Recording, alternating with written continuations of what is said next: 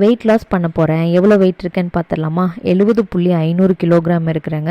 உண்மையிலே இதுக்கு முன்னாடி 2 தடவை நான் வெயிட் லாஸ் ட்ரை பண்ணியிருக்கேன். 2 ரீசனுமே வந்து பார்த்திங்கன்னா ஒரு கம்பல்ஷனால் தான் பண்ண ஆரம்பித்தேன்.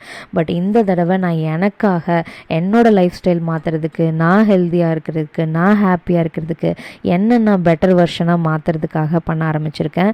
ஸோ இந்த ஜேர்னியை ரொம்ப ஹாப்பியாக ஒவ்வொன்றையும் உங்களோட கண்டிப்பாக ஷேர் பண்ணிக்கணும் அப்படின்ட்டு இருக்கிறேன். ஸ்கின் கேர் வந்து எப்போவுமே நைட் பண்ணுவேன், ரெகுலராக பண்ண மாட்டேன். இனிமேல் அதை ரெகுலராக பண்ணி உங்களோட ஷேர் பண்ணிக்கலான்ட்டு இருக்கேன்.